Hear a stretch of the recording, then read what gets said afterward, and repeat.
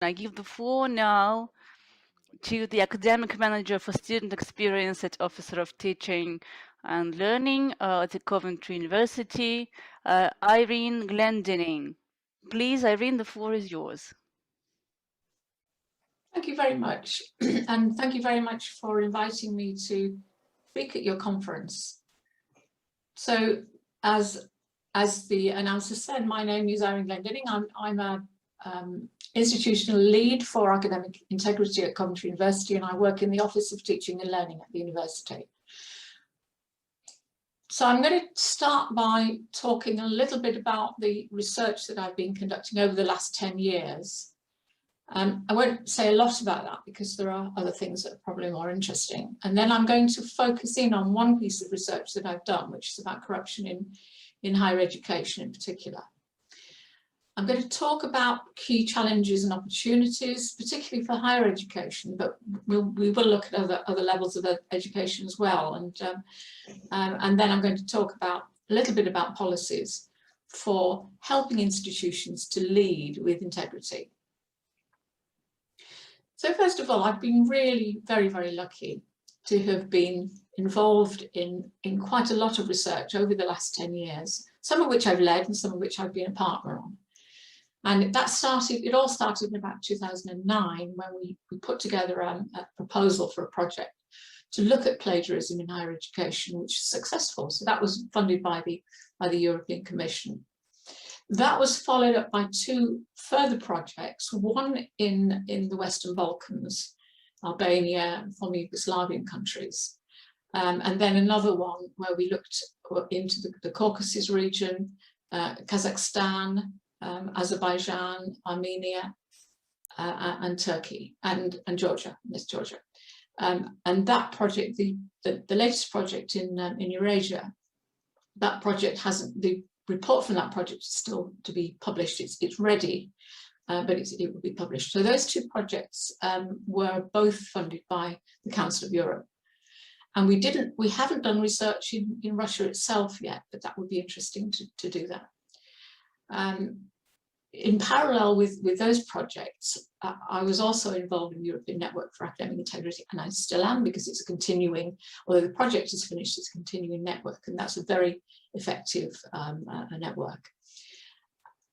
Another project which is going to be the one I'm going to be talking about mostly in this talk was done for an organization based in Washington, DC, in the USA, and that was a global survey looking at the way quality assurance bodies and accreditation agencies, how they view corruption in higher education and what they're doing about it. So I'm going to be talking mostly about that one. There is a new project that we started earlier this year with a big team of partners from Canada, and it's funded from Canada, USA, and from Europe. So we're just starting that project. It's a 7-year project, and that's called Partnership on University Plagiarism Prevention. And we haven't got very far with that project. That would be a really exciting project that we're working on in the future. So that's really the basis on which I'm talking to you today, and the research I've been conducting has given me a lot of information that I can share with you. Some of which I could share with you, obviously not all of it within the time we've got.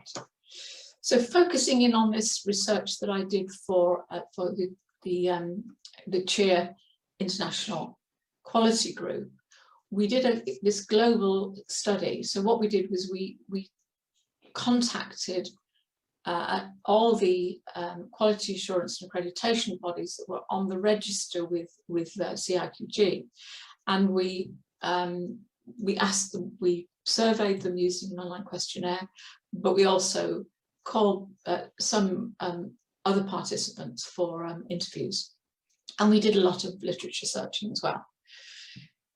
We were looking at a very broad base, what we mean by corruption, and we were looking particularly in the regulation of education, in institutional governance, in how teachers behave, in the way students are admitted and recruited to universities in particular, but to higher education in general. Student assessment and how corruption can occur in student assessment, how corruption can occur in credentials, qualifications, particularly fraudulence and so in those areas. We were looking at corruption in research and corruption in academic publication, and particularly in the process of publishing. So as you can see, it had a huge scope. Apart from being global in the survey itself, it actually had an enormous scope in terms of the areas we were looking at. And I'm not going to talk about all of these results today. In fact, I'm not even going to present the results to you, but I'm going to talk about some of the findings in some of the areas in particular. Let's just start by what we've defined as corruption for the purposes of this research. So we defined it as intentional actions, either of individuals or groups of people, rather than thinking about misconduct that occurs because of accident, incompetence, or because people simply don't understand or are ignorant about what is normal and good conduct. These types of corruption we're going to talk about are usually, they involve personal gain for those involved in the fraud or in the corruption. And often other people suffer as a result of the fraud they conduct. So that's what we mean by corruption. And I'm sure that will really align with what you understand by corruption as well. So if we take these areas that we studied, this is a very, I'm not going to read all this out, it would be silly for me to do that, but just to give you a feeling for the kinds of things that we mean by corruption in these areas. And you'll see, if you scan over this slide a little bit, you'll see some things repeated. So we're talking a lot about bribery, about nepotism and favoritism. We're talking about bogus qualifications that are either used for getting a job or used for getting a place at university. Lots of other things. Plagiarism comes up a lot. Minor plagiarism we don't really think of as corruption, but plagiarism, when plagiarism is systematic, which it is in some cases, or it's complete, that is a form of corruption, the way I see it. But also the research that we conducted, we looked at particularly predatory journals, which I know is a problem for Russian-speaking people, pressure to publish and all of those kind of things. So it's an enormous scope, and there's lots of different kinds of corruption that we looked at there. I'm going to focus in on I think we focused in on the teaching role, looked a little bit at research and publication, and I think looking at student assessment as well. So there's a few of these things I'm going to come up with the next sort of half hour or so. Before I go into the actual results from research, just a summary, a very, very brief summary of what the overall thing that I found from all the research that I've been conducting. And this pie chart here is kind of summarizes what I think of the idea of quality assurance, standards, and integrity. So the way that I've depicted the three types of the three functions, quality, standards, and integrity, I've shown it where academic integrity is underpinning quality and standards. And I think that's really important, because if you don't have integrity within your institution, if you don't have if you have no regard for corruption and misconduct within your institution, then you cannot claim to have quality and standards. Your quality and standards will suffer as a result of that. So this is really what this slide is saying. What we found is that we tend to think about corruption and fraud being in particular countries.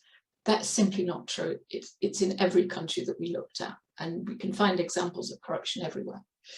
It varies in different parts of the world. It varies in different, even within different institutions within one country. Similarly, what also varies is what people think is corruption, what people believe corruption to be. So what one person in perhaps one country might think is a perfectly normal, acceptable way to behave can be seen as serious misconduct or serious corruption in another country. So it's really important to understand that. And we've come across a lot of that, where there's discrepancies between what people understand as corruption. But you know, as I said, academic integrity is important within an institution on an institutional level, because if we don't have integrity, then your quality and standards will suffer.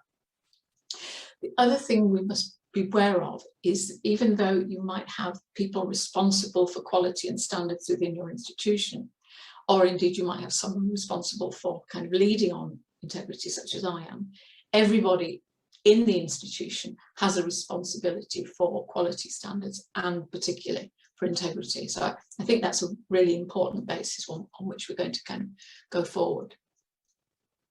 So it's not just somebody's job, it's everybody's job, is what I'm trying to say there. So these are the kinds of things that we found looking at the role of the teacher.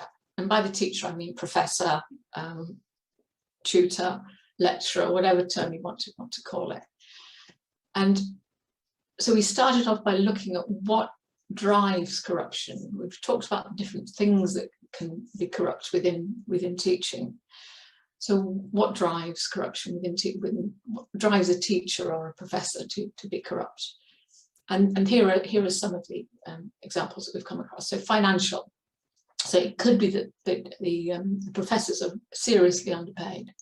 And this we found in some countries. So they have to do several jobs in order to just keep the food on the table for their families.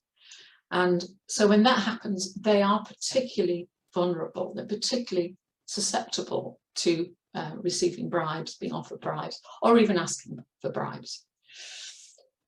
In some institutions, it's important that each professor, each lecturer has to demonstrate that they are passing enough students.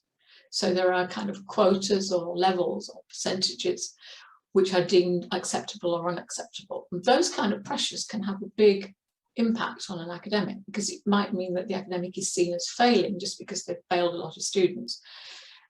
And that's a particularly bad kind of incentive. Because it ends up with bringing on problems that shouldn't be there. So the lecturer might feel pressured in order to pass more students than they want to do. And indeed, to give them higher pass rates in terms of attainment. So those kind of things are particularly bad, what it seemed to be incentives for raising student attainment and retention. They can have a negative effect on the academic, because they might feel obliged to pass more students than they feel are actually have deserved to be passed. Job security and casualisation. So we came across this a lot, where staff have to justify constantly to keep their job and to be reappointed in the same job, or because it's a casual post, they need to make sure they reach certain criteria in order to get reappointed. Those things can have a huge impact on whether an academic might feel particularly vulnerable to receiving bribes or being corrupt in general.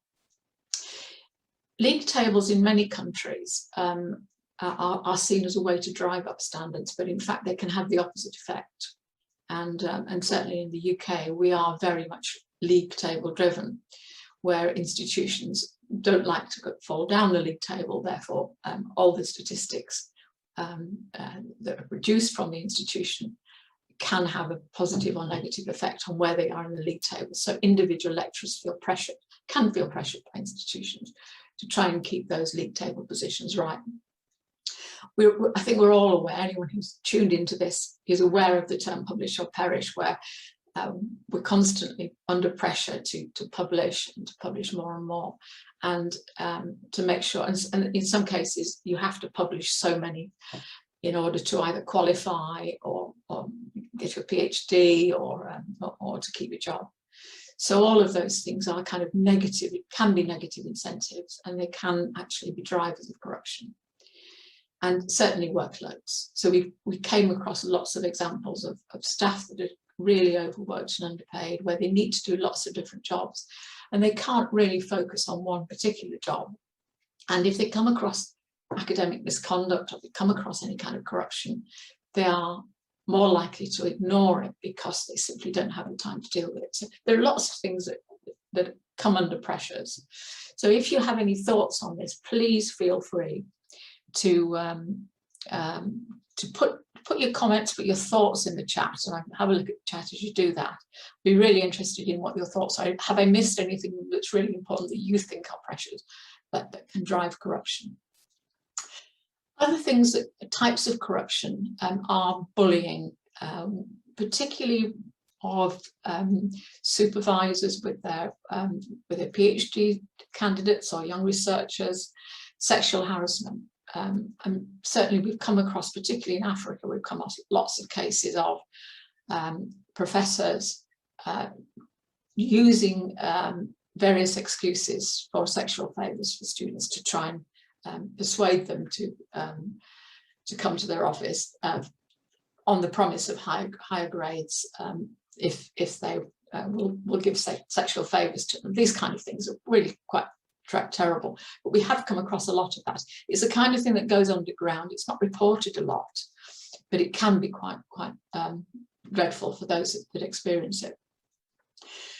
Clearly, we come across also academics who either give the students the answers beforehand, complete student work for them, or work for essay mills, where they complete work for students in other universities as well. And it's how you deal with these and how you can stamp that out we need to be really thinking about. We've also come across examples of academics faking their qualifications, or academics who get qualifications that they don't deserve through all sorts of cronyism, favoritism, nepotism, and so on, and just sheer corruption where they may pay for a PhD or so on. And we've come across a lot of examples of PhD supervision fraud in Russia, particularly in Kazakhstan, in Bulgaria recently. We've reopened that kind of file. So lots of things about teaching roles and corruption in teaching roles. So please feel free to put your thoughts in the chat. Okay, I'm moving on now to research and academic publishing and the kinds of corruption that can occur in this. So I'm leading a working group that is part of the European Network for Academic Integrity into predatory publishing, and also looking at other forms of dissemination that can be involve kind of fake organisations and fake companies. And again, corruption in research, we know it happens everywhere. We know it's relatively uncommon, but when it does happen, it can have quite devastating effects. We know that peer review can be subject to corruption, and there have been some really interesting examples recently of scams. So there's one that came out within the last couple of weeks. So it's not just about predatory publishing this. It can happen in reputable journals. So this article in Retraction Watch, so Spring and Nature has had to put 436 papers in 2 journals under expressions of concern, because it looks like there is a peer review ring of topical collections that have been taken over by editors who are or impersonators, as they've said it. So Retraction Watch also reported more than 70 papers in the collection in the Arabian Journal of Geosciences. So there's lots of this sort of stuff going on. It's not just about the predatory publishing industry. They're actually there are hijacked journals and all sorts of things. So predatory publishing itself is increasingly problematic because the number of these organisations is not decreasing. And what we are trying to do is we're trying to do a lot of education for young researchers and PhD candidates to make sure they understand the proper process of scholarly publishing, so that they don't resort to using these predatory publishing. Because apart from anything else, a lot of public funding that's given for research, or people's private funding, ends up in the pockets of these companies that are just in the business to make money. So, but we know that some people actually deliberately use these predatory publishing companies because it's a quicker way to get published. But we need to make sure that people don't do this. There's all sorts of reasons we want to try and stamp the industry out, and I hope you agree with that. So one of the problems that we do have is that retracted papers and papers published in preprints, if people don't understand the publishing industry, they can be cited as if they've been peer reviewed and as if the information in them is completely reliable. So it's important that young researchers understand what they are. They're absolutely fine as long as we understand how to interpret what we're seeing. But we do know that some countries have strengthened policies recently. So in UK, in China, in Sweden, they recently, saying recently, sort of within the last 5 years or so, they've strengthened their policies against corruption and against unethical practice in academic research. And I've just been reading an article from a few weeks back that was saying that in China, they've realised it's problematic to force PhD candidates to have to publish so many journal articles before they get their PhD. So some of the big, the leading universities in China have now removed that requirement for students to have academic publications in certain journals, because they know how difficult that is to do, and it doesn't actually help with the PhD kind of quality process. It actually just causes more problems. So lots of things there about research and academic publishing. I could say a lot more about that, but that's so here we are. The third area I'm looking at is corruption in admissions and recruitment. So this is a particularly interesting area, because if you get students admitted into a university that really don't have the capability of succeeding, then that causes huge problems for the university itself. And we do know a lot of corruption goes on in lots of other countries. And one of the most recent examples that you've probably all heard of is called Varsity Blues in all the press reports about this particular thing. And this is when in the research that we did for the CIQG, this hadn't happened. So this actually came out in about 2019, I think it was 2018-19, just after we finished the research. So in the research itself, we reported on the phenomenon that was exploited here, whereby sports stars can gain admission to some of the top universities in the United States through sports scholarships, and overriding their perhaps weak academic qualifications, so that they can then be members of the sports teams and the big kind of network of sporting events across the United States. And so some celebrities, some very rich parents, took advantage of a corrupt agent who falsely allowed admission for, with collaboration from inside the universities to offspring, children of these celebrities and wealthy people who didn't have the necessary sporting prowess that they were claiming they had. So there's a huge problem with that, but it was detected and it was dealt with.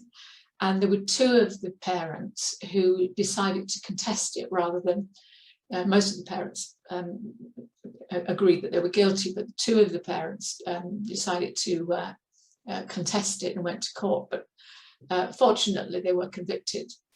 And that's really what this article was about. So you see, it's not just countries that you normally associate with corruption. There are corrupt practices in all countries, and that was a particularly good example of one that came up very recently. So, but indeed, one of the things that's interesting about this particular thing is that if you are an alumnus of one of these universities, or if you're a politician, or you're seen as very influential, or if you make a big donation to one of these universities, it's very likely you can arrange for preferential admission for your child anyway. And that's part of the way the USA system works, which is, I think, is a form of corruption. So there's a lot to be questioned about that. And of course, I've picked on the example of USA, and it's not, you know, it's just one example. I could have found examples of corruption in admissions in almost any country you would care to ask me to, but that was a particularly good example I could find. Other types of corruption we came across in admissions and recruitment are false claims in marketing campaigns, where institutions are trying to attract more students in, and they make claims that are not true. And that came up in the UK, for example. And there is a particular researcher who's done a lot of research into that and exposing all the fake claims that universities make. And it's important that people do call out these and bring attention to these types of corruption. The other example I've got here is again from the UK, but there's also one from Australia as well, very similar, where it was investigative journalism that gave rise to this. And it's really important. A lot of the evidence that we got for the research we did in corruption came from newspaper reports and from TV programs and radio broadcasts, because there's not a lot of academic research in these fields. There is some, but there's not a huge amount. And the most immediate and the quickest way to get these forms of corruption disseminated is through the press, because it's much easier for a reporter to get permission to do research of this kind than for an academic researcher, because of the need for ethical approval and so on. So this is a particularly good one, and I put the link in when you get the presentation. You can have a look at that one if you've not seen it before. But it was an undercover agent that went in posing as a student with a covert camera and recorded the conversations with the agents. And the students actually had their entry qualifications faked for them, their English language testing faked for them, and so on. And there were other students who managed to get admission and managed to claim student loans through the UK government scheme for loans. And it actually caused one UK university to eventually have to shut down and cease trading because of the scandal that came out of that. So there's lots of things in admissions and recruitment. It is an area that is under research, and it's an area where perhaps not so much is known as in the other areas like corruption in student work, but it's actually a really important area to do more research in. So if you're looking for a field to do research in, that's a particularly good one. So the biggest area, the biggest sort of field within higher education, the most likely one that people are aware of, is corruption within student assessment. And as I said right at the beginning, not all student assessment forms of malpractice in student assessment are corruption, but there are significant forms of student assessment that are corruption. So one of the big problems is, and the research we've done in different countries has brought this out quite a lot, where student cheating and plagiarism are seen as a game, as a joke, where they're seen as normalised, where they're seen as culturally acceptable, it's very difficult to see how anything can be done about that. And I can tell you a little story about this. When I went to Albania, in Albania, I was told it's cheating is, cheating, corruption is normal here. You're never going to change it. That's how we are. And I had several conversations with groups of trainee teachers, and I tried to explain to them, you are the future of this country. You are the path out of corruption for this country. And I was still told, no, it's never going to happen. But I hope I'm right. I hope they're wrong, and I hope I'm right, because I think the cycle can be broken. We've come across a lot of cases of students offering bribes to lecturers, or indeed the opposite, of lecturers demanding payments from students in order to pass the work. And you know, I could give you lots of examples. I've not put any down here, but we've come across a lot of those. And I was surprised because coming from the UK, from a UK higher education system, I wasn't expecting to find that much bribery and corruption of that kind within the assessment process. But it's there. It's difficult to find because people don't talk about it. It's something that happens in private, but it does happen. And we found it a lot in the research and all the different research projects that we did. And both ways, both lecturers demanding and students offering. And there's another form of lecturers asking for payment, and that's in several countries, the lecturers force the student to buy their book from them and pay them for their notes or their book in order to get a pass in the work. And that is a kind of covert form of bribery, where you might not think that's bribery, but actually it is. It's a form of coercion for the student. They have to pay money to the lecturer by some means in order to pass the work, and that shouldn't happen. What we've looked at and I touched upon it on an earlier slide, what I think is particularly dangerous in lots of different ways is corruption in the kind of higher qualifications, in masters, particularly PhD dissertations, and we've come across that in Bulgaria. It came across in the original research that I did between 2010 and 2013. But more recently, we looked again at Bulgaria, and it's still a big problem there. We know about all the cases in Germany because it tends to be highlighted through the politicians that have had to resign in Germany through having plagiarized theses. And I noticed on your program on this conference, you had Andre, who was talking to you about the work that the Dissinet group have been doing in Russia. And so it's a very, very big problem that I probably don't need to repeat it because I'm sure you heard from Andre earlier in the week. But there are certainly, that group have found thousands of cases of fully plagiarized PhD dissertations among the work that they've looked at in Russia. And that is a big problem because some of those people are now in quite influential positions within the hierarchy of government and higher education and so on within Russia. And that means that if you have someone who's corrupt leading an organization, no matter where it is or in an influential position, then that institution will not have integrity because they're not being led by somebody with integrity. So that's a very big problem. The biggest problem as I see it, and in fact this week on Wednesday we had the International Day of Action against contract cheating. That to me is one of the biggest problems we've got in terms of corruption in student assessment. So I haven't talked about plagiarism itself, but clearly, you know, as such, plagiarism is the most common form of corruption or misconduct in student assessment. But in fact, we've managed to come to terms with that because we now have software that helps us to detect plagiarism. Students are beginning to find other ways to get around that by deceit, such as, you know, putting white text to change the words and so on that you can't read, all sorts of ways like that.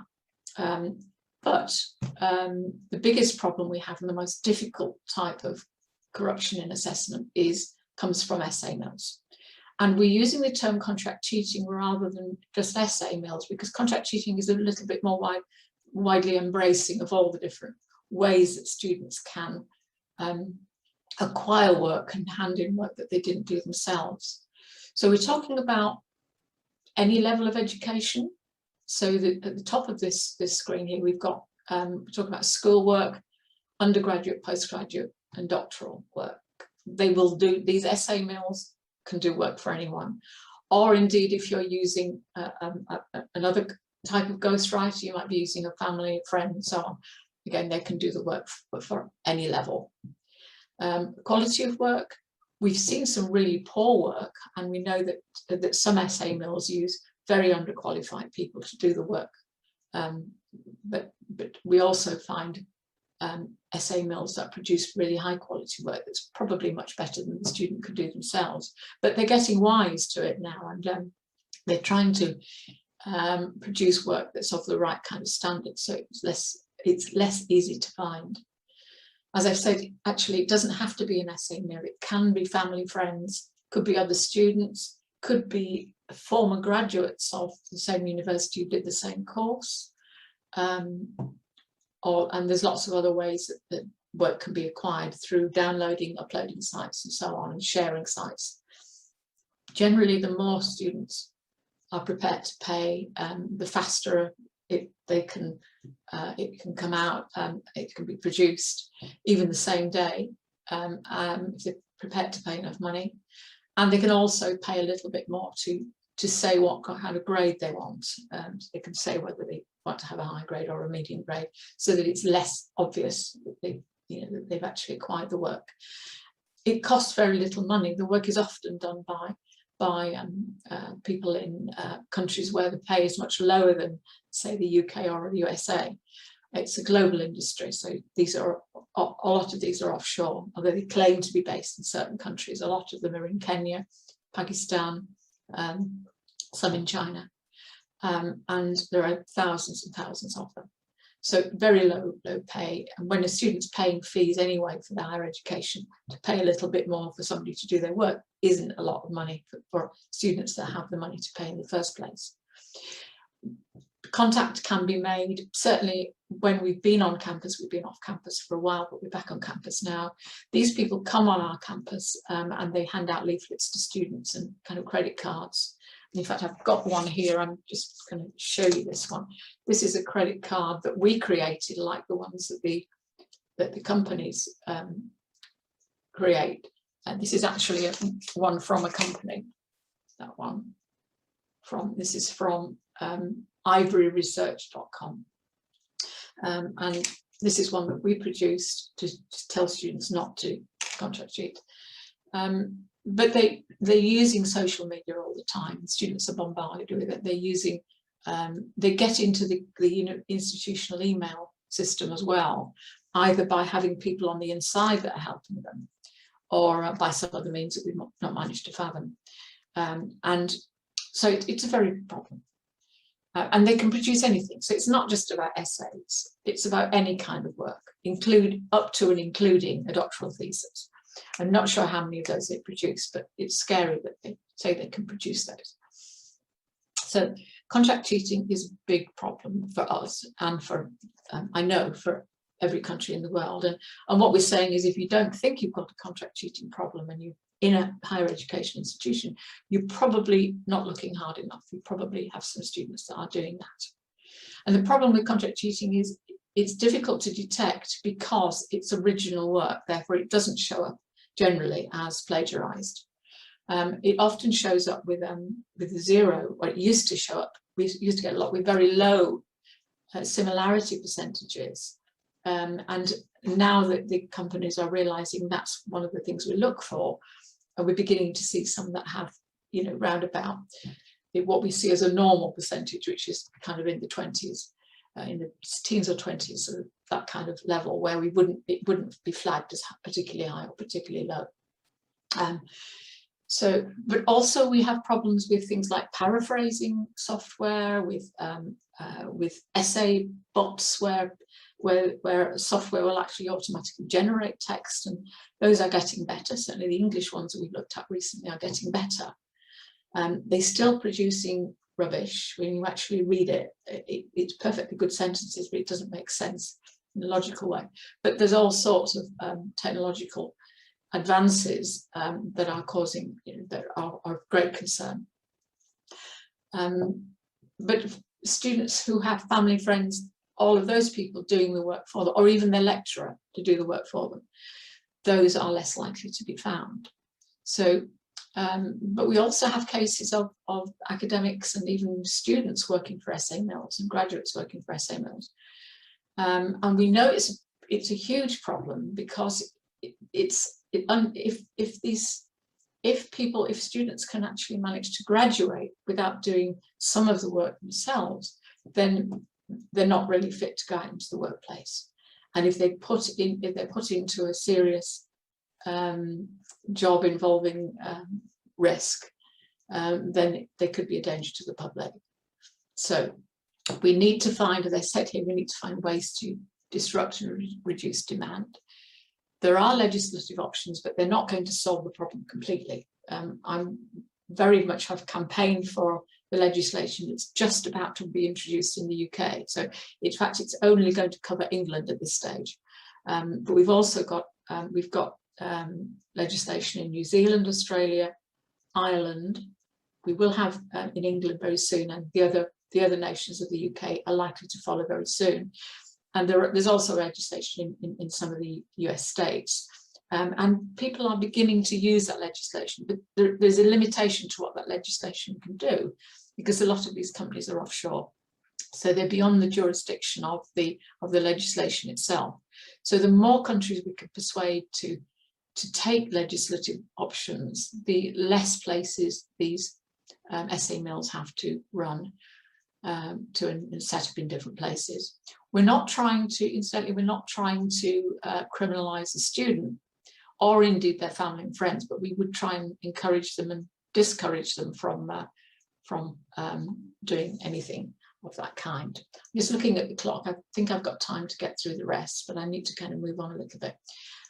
This is a piece of research that I'm just about to, this is in a publication I'm just working on now. And this was brought together three different research projects, the same question that we asked in 3 different research projects.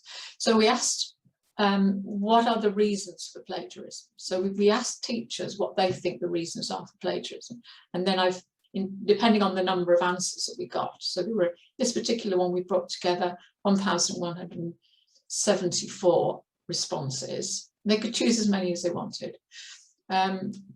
The most popular one for teachers is it's easy to cut and paste from the internet. The second one is the students think they will not get caught. And the third one, they don't want to learn anything, just pass the assignment. So it's a kind of attitudinal thing. So I've classified these different reasons in terms of opportunity, attitude, whether it's the skills, they're lacking in skills, or whether they're just doing it to try and get away. They run out of time is often seen as a really common reason, but that came when it's something like 8 or 9th on this chart. So those are the responses from the teachers. And interestingly, the responses from teachers so if you just analyse teachers in different countries, this involved teachers from 38 countries. If you take the responses from different countries, you'll get different sequences, which is, to me, is really interesting and really important, because it means that the behaviour or the perceived behaviour is not the same in different countries. Now, we asked the same question to students, and we've got more responses this time. So we've got 5,356 responses on this one, again from 38 countries. And very similar order, but this time, if you remember, they run out of time was down in about 9th place on the teachers one, but the students are telling us that that's a really important reason why students plagiarize, but the teachers didn't see it as quite so important. So it's actually quite important, it's quite interesting to compare the teachers' responses with the students' responses, because it shows us there is a slight misunderstanding or discrepancy between what the teachers are saying and what the students are saying, and that happens if you do it for the same country. So this is quite an important chart. I'm not going to dwell too much on that, because you'll have a copy of these if you want to have a look at this in detail yourself later. But it's really important that the teachers understand what the students' views are, and vice versa, so that there is a match between what the measures are for helping to stop plagiarism. And if there is that lack of understanding between the teachers and students, you're not going to get that kind of match between the measures to try and stop it and the reasons why it's happening. So I think it's really quite important. So I wanted to have a quiz question in here, but unfortunately we weren't able to put one in. So this is for you to take away with you and not necessarily to answer. But if you want to answer this in the chat, you are very welcome to do so. If you want to kind of raise any of these. So here are some questions for you to think about. What your response would be to these 4 questions. Is it true or is it not true? To what extent is it true that you detect the majority of cases of students who cheat? Is it true that you apply, in your institution, apply fair and consistent sanctions to students who cheat? Are they always fair? Are they always consistent? Do students get away with it? Is it true that you follow robust and consistent and transparent processes for handling allegations of cheating? Is it always the same? Does everybody know what happens when it happens, when cases of cheating come up? And finally, is it true? Are there cases of student cheating that escape sanctions? And if there are, then have you any concept of how many that's likely to be? Do you find more cases than you don't? Or do you know that? In some ways, we can't answer that question simply because we don't know how many cases we don't find. But are there cases that you're aware of that kind of go under that are swept under the carpet, as we say in the UK, that don't come to the attention of and don't get recorded? So I wasn't able to ask that as a quiz, but I'll leave that with you to think about, and perhaps you'd like to put some answers in the quiz, in the chat. What we've started to do in my institution, and this is a diagram I've used within my own institution, is we are thinking about assessment, corruption, misconduct in assessment very much as a learning journey for our students. And rather than, we still have imposed punishments, don't get me wrong, we still make sure that students have to put right what they've done wrong, and they don't benefit from what they've done if they've actually cheated, whether it's corruption cheating or just not understanding cheating. So what we try to do in the blue hexagons, we make sure that students have some concept of what we want from them before they arrive, and we provide fairly gentle information when they arrive. Now we're insisting that every student throughout their student journey, while they're enrolled as a student with us, they have gradually got to learn about all the necessary skills. We don't assume they're coming with those skills. They will learn about those skills and they will develop those skills while they're with us. If they come through the academic conduct process because they've been accused of cheating and they've been found guilty of cheating, they have to go through further training. So we're just implementing all of that within my institution now. So I think that's quite an important thing for you to think about, and I hope you're doing something similar to that in your institution. We do come across quite a lot of cases during the research where institutions assume that students have these skills, assume that they just develop these skills in some way before they get to university, or that they gradually develop them as they come through. It's really important that they are taught these things. Particularly when it comes to kind of areas of corruption and so on, and that they gradually do develop their skills, because you can't assume they're going to pick those up any other way. I'm gradually running out of time, so I'm going to move a little bit faster.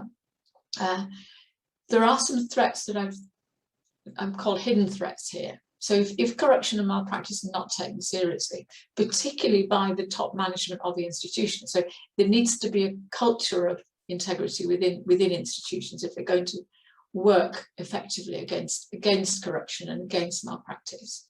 So the institutional culture is really, really important. Sometimes we know suspicious cases are not identified, or they're spotted but they're not taken through. And it could be that the lecturer is just too busy. It could be the tutors are not aware of what they have to do, or they just think the procedures are wrong, so they're just ignoring them. Tutors or students sometimes don't understand what the consequences are, and that's the importance of transparency, the importance of making sure everyone understands what the rules are and that they understand what the consequences are if they don't follow the rules. Sometimes students don't want to follow the rules because they see their own tutors setting a bad example, the tutor's actually plagiarising or worse. Sometimes in institutions, the sanctions that are applied are either weak they're rarely applied, or they're not meaningful in some way.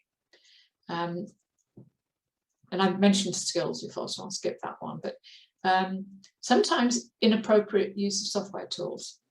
And it's really important that people understand the limitations of software that's in use, but the strengths of software, and that they use them fully and they use them to their advantage, rather than blindly saying anything over a 25% plagiarism score is a problem, which we know is not true. And I hope you all understand that too. Sometimes the threats are because there's lack of support, and that might come from the top, or it might come from further down, or it could be just lack of resources. And I'm always asking for more resources in my institution. I could do with more support. So I'm going to move on to this. Here's a nice picture of Land's End, right up, sorry, John O'Groats, the opposite end, pointing to Land's End. So we need to have a strategic direction, really, is what this is saying, to try and find ways of stopping it. So this is a very, very busy slide, and this is something I'm working on. It's not complete. I'm gradually developing this, but just to show what I mean by strategy policies. So in the centre of it, these are all the things that we need to have in place. Pedagogy. So we need to think about the teaching and learning styles, but particularly the things that are going to discourage students from cheating. We need to think about leadership and training. And then we need to have a whole system to do with how we detect, how we evidence, how we raise awareness, how we monitor what's happening, how we monitor whether the systems are working. And the kinds of things that will help us is technology and keeping statistics and analysing statistics regularly and acting on where we see problem areas. In the centre of the diagram, education, guidance, support, duty of care.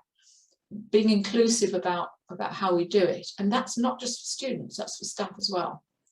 We need to look at how we correct and improve behaviour of everyone, how we report and review the processes themselves. And then at the bottom of the diagram, we've got the process of how we hear students' cases and how we deal with them, and how we ensure fairness and proportionality, and how we ensure that we have this consistency of outcomes for the students.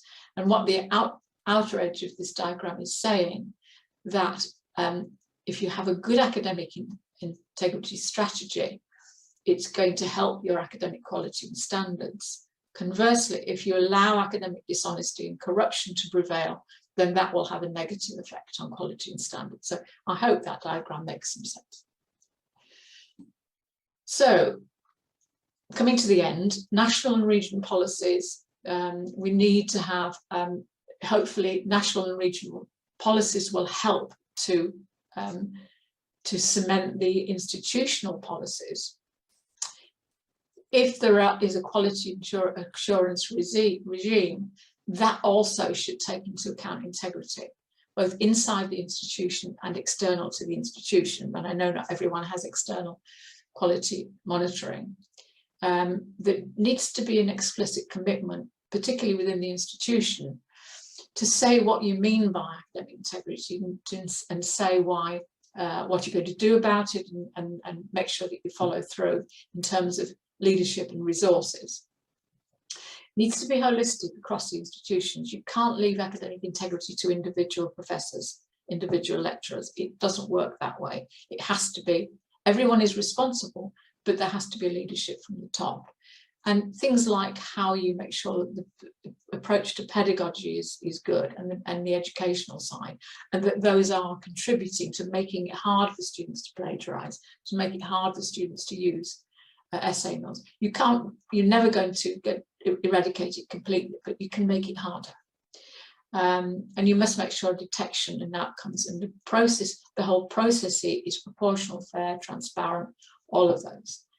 We also need to work at other levels of education, so that when students come into higher education, when they come into university, they are ready and they've got some concept of what we mean by academic integrity. We need to address opportunities, and I'm absolutely right out of time, so I'm going to skip on that, but I've got the same diagram again. But this is all about effective working with students as well, in particular, and seeing students as partners, because the honest students, the students that don't cheat, are on your side and they can help you to get where you want to be. But make sure education for everybody. And that's just a little bit about the network and the fact that there's some really nice resources on that network page. And that's the end of my talk. So sorry, I've overrun by a few minutes, but I think I might have time for a couple of questions. So hand over back to whoever is coordinating the session. I hope you enjoyed that talk. Thank you for listening.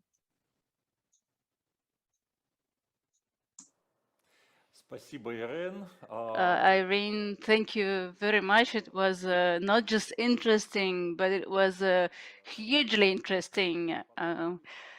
And if I may, I will ask the first question myself. I have some notes maybe on what you just said. You presented a wide range of measures of fighting the corruptions and of types of corruptions. And when you have a closer look at this, you have maybe you are wondering maybe there's like one reason of why this corruption is happening, because to fight each and every type of it separately looks like something unfeasible. What do you think about it? Yes, that's a very, very interesting point of view. It is quite overwhelming when you look at all the different types of corruption that are occurring. And people are coming from it from different positions and different situations in different countries. But I think the first thing, the way to start is to realize that you have these problems. And if you're in denial about the problems, then you're never going to get anywhere. So it's to understand that you have these problems, and everyone has the problems. And it's only when you recognize that the problems are there that you can start to take measures to address them. But you need to have the will to do it, and that needs to come from a high level. It's great if it can come from outside the university and on a national level, and that the leadership is there from the kind of educational ministry level. But irrespective of whether that's there, it can be done at an institutional level as well. But the will needs to be there. And once you have that, then you can start to work on what the issues are. And there is no one size fits all. Every institution, every country is slightly different, and the reasons behind these are slightly different. But essentially, there are lots of drivers for this, and you need to address what the drivers are, what is actually causing people to want to be corrupt, and some of it is just poor pay, and that's not easy to solve. But if you can get people to understand the benefits of eradicating, or it's certainly reducing forms of corruption for everybody, for students and for the academics and for the management as well, then everybody will benefit from it. So I haven't strictly answered your question, but one of the really good ways to go about it is and one of the things they're doing in Kazakhstan, for example, is they have an academic integrity network of institutions, and they're working together as a network. And they've come up with a pledge that the institutions have agreed for trying to improve the way that they operate, their policies and so on. So that's perhaps a good way to think about starting.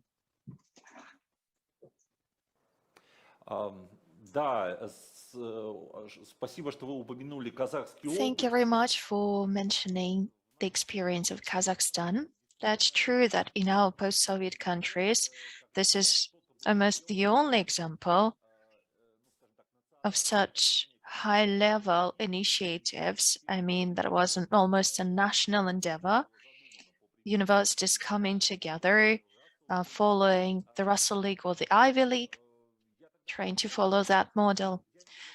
If that's okay, I wanted to build on that. Actually, I didn't expect you to give me a one-size-fits-all recipe of how to fight corruption, we can see from the talk that this is a complex problem and it does not have a single solution, but maybe you have certain ideas about that or thoughts. We've been thinking about that a lot, actually. And if that's okay, I wanted to share my perspective. I thought that lately, by lately, I mean the past decades, not years, the focus in higher education is moving, is shifting. If before the interest was in academic research, getting knowledge, now I feel like it's more about the social elevator, so to speak. I mean, the higher education is just a kind of a prerequisite you need to get a good job, or athletes need to get a diploma to be able to work as trainers later on, though their main focus is sports, not academia. Or sometimes it is not, it is like a diploma, a university diploma is necessary for athletes to be promoted. And very often athletes are admitted to universities in the USA just for their achievements in sports, not for their academic achievements. And I think this is all part of the bigger picture that the academia is changing and education is changing as a phenomenon. What is your perspective on that?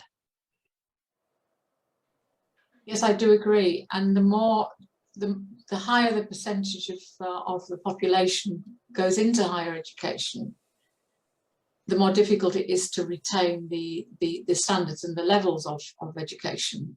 And that's inevitable, that stands to reason. And I think everybody in education realizes that. But we mustn't lose sight of the reason behind higher education and try to do our best to maintain those standards. And part of that maintaining those standards, and the example that I gave during the talk and the one that you've just mentioned here is the sports stars. And certainly what they do in the USA sometimes is that these students are encouraged to take easy courses so that they can then pass through and get their diplomas at the end. And that is deceitful. But you know that's what happens, or so I read about. So we must be mindful of the maintenance of standards and make sure that when students graduate from a university or a college, that the qualifications that they go out with and the skills that they have at that time are fully compatible. Because it's actually quite dangerous for a student to go out into the world with a qualification where they don't have the skills. And there's a really horrific example of Pakistani airlines recently. I don't know whether you remember the story. I don't have the reference right in my head, but where it was a fatal crash. I think something like 98 people died in the crash, and it turned out that the pilot had somebody else do the safety training for him, which is quite a frightening thing to happen. And that's the kind of thing we must make sure that we avoid, because it's a public danger to do that. So corruption can have really devastating effects on the general public. So it's really very, very important that the standards are maintained and they don't slip below that level where we start to endanger public safety.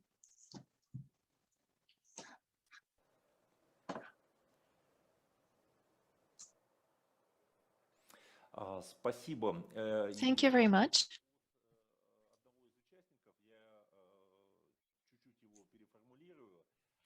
A question for one of our participants. In your research that you shared, did you find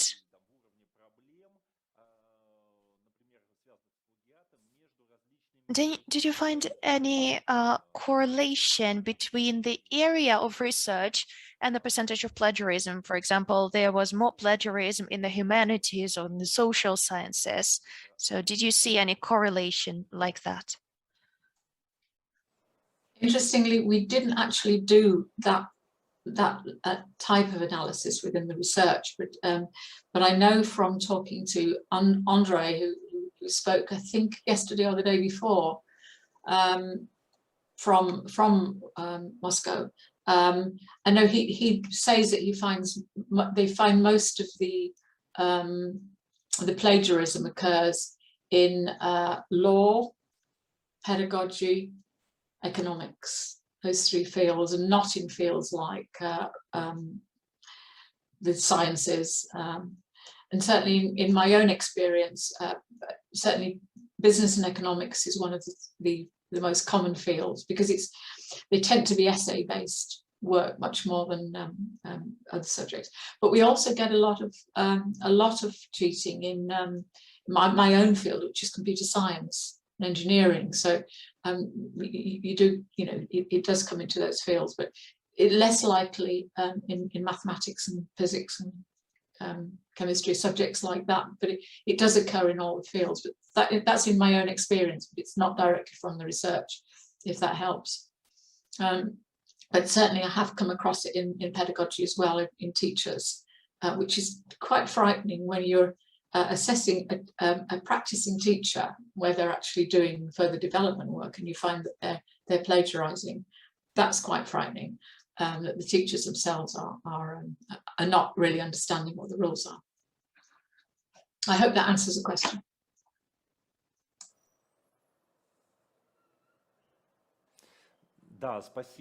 Yes, thank you. And now maybe not a question really, but a suggestion from our chat. When you were sharing your slide with a question, everybody started answering here in the chat. Yes and no, and it was quite unclear what question they were answering. So there is a suggestion in the chat. Maybe there is a chance to make a link, I don't know, for a Google Doc that we could forward to our participants, or a Google form for them to be able to answer your questions. I think that would be most curious, Sorry to interrupt. Yes, I think that would be really brilliant. I'll see we'll think about that afterwards and see whether we can do something with that.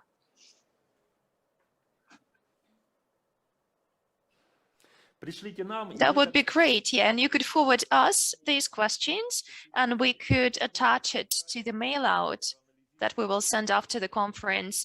And that could be useful data for you too. Maybe it could help you in your work. And yeah, it is extremely interesting what you shared. Thank you.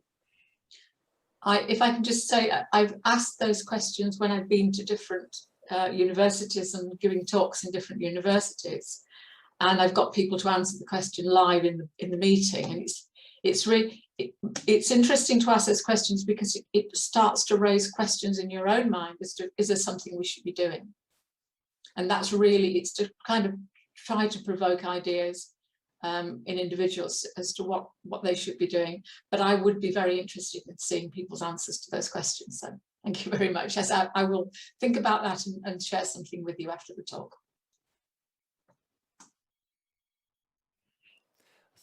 Thank you.